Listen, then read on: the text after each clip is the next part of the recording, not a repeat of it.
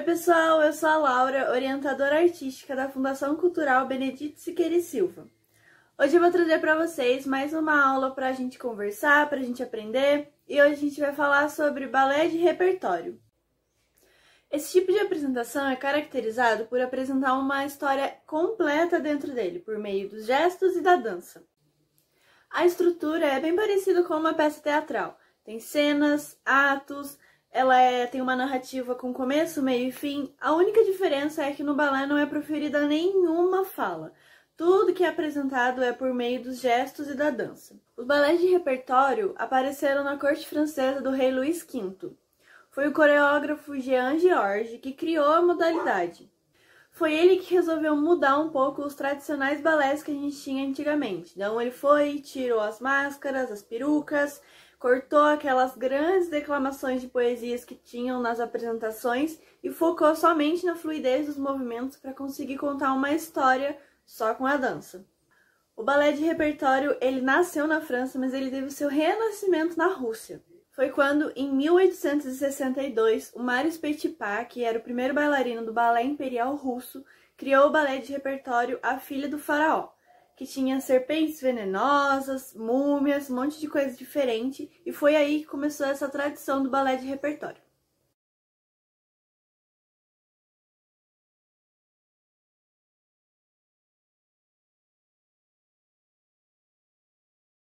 Para contar essas histórias, o balé sempre conta com uma estrutura bem grande e muito bonita, muito preparada. A gente tem cenário para ajudar a ambientar a plateia, a gente tem os figurinos que são sempre muito bonitos para ajudar também a enfeitar o palco e contar uma história melhor, e a gente tem um número considerável de bailarinos e bailarinas no palco para ajudar também nisso.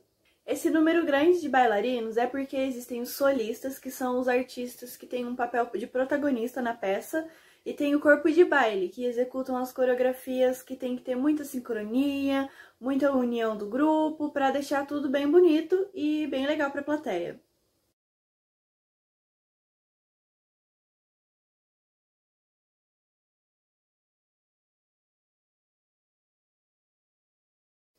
A música, a dança e a mímica ajudam os bailarinos a fazer com que a plateia sinta muitas emoções e sensações durante a peça. Essa estrutura do balé de repertório normalmente é uma estrutura fixa e que todo mundo se inspira nela. Pode haver algumas alterações, mas normalmente é nessa mesma estrutura. O Grand Pas de Deux, por exemplo, consiste em 5 movimentos, que é a introdução, o adágio, 2 variações, sendo uma da bailarina e uma do bailarino, e a coda, que é a conclusão. O balé de repertório já é uma peça montada, então para você apresentar isso em algum lugar é muito importante você estudar bastante e saber o que você está montando. Para fazer isso, você pode assistir bastante apresentações de boas companhias, boas escolas, porque normalmente essas apresentações são adaptadas. Então você vai assistindo bastante e você vai usando aquilo que está sempre aparecendo igual, que daí vai ser mais parecido com a original. O ideal é você sempre se inspirar em performances que foram executadas à risca e bem parecidas com a original. E qualquer adaptação que você faça tem que ser justificada, porque essas obras são um grande patrimônio cultural da humanidade, são uma coisa muito grande, então você não pode simplesmente mudar, fazer do seu jeito e deixar por assim. Você tem que se justificar e contar que você teve que mudar. Sobre os balés de repertório mais famosos. Existem muitos balés de repertório, mas eu acredito que os mais famosos e mais falados são sempre o Lago do Cisne e o Quebra-Nozes.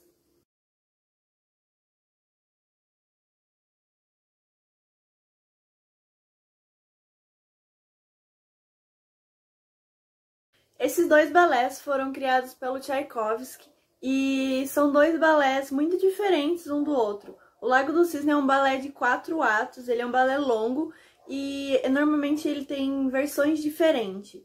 O Quebra-Nozes é um balé muito tradicional que é sempre encenado na época de Natal. Na primeira apresentação do Lago do Cisne, ela não foi muito bem recebida pelo público, isso porque tiveram muitas interferências no meio da peça que acabou descaracterizando um pouco a peça. Mas depois, na sua segunda apresentação, que foi uma coreografia nova do Petipa e Ivanov, eles fizeram uma coreografia muito boa, que foi muito bem recebida pelo público aí, e ela é até hoje uma das histórias mais reconhecidas pelo público. Já o Quebra-Nozes é uma peça que tem muito sucesso desde sempre, com todo mundo, todas as idades.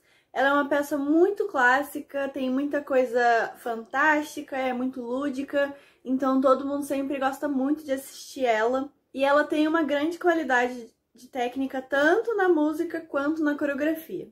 A gente tem o Don Quixote, que também foi criado pelo Petipa.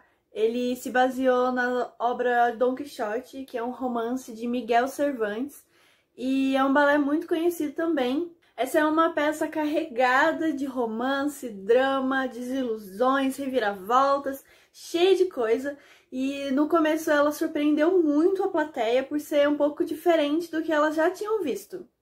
O ritmo mais solto de Don Quixote foi um pouco peculiar na época, mas mostrou muita genialidade de Petipa, que conseguiu criar um balé novo sem se prender muito nos padrões. Existe uma infinidade de balés de repertório, eu posso até deixar uma lista aqui embaixo para vocês procurarem e conferirem depois.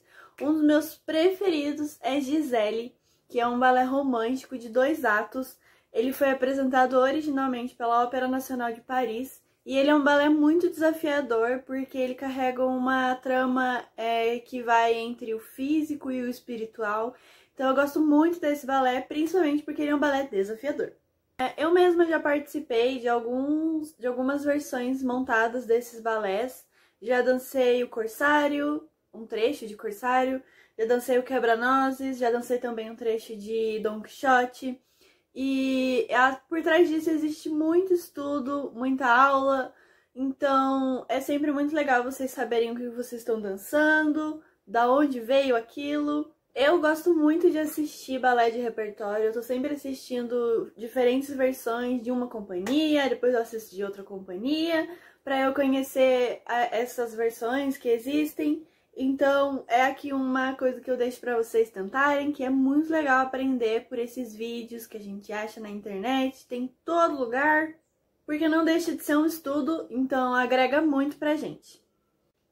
Então é isso, gente, eu espero que vocês tenham gostado do nosso papo de hoje. Eu gosto bastante de conversar sobre essas coisas, então pode ser que eu traga mais alguns vídeos sobre isso. Não deixe de acompanhar a Fundação Cultural nas páginas do Facebook, do Instagram, para vocês não perderem nenhum vídeo, tá bom? Fiquem ligados e até a próxima. Tchau!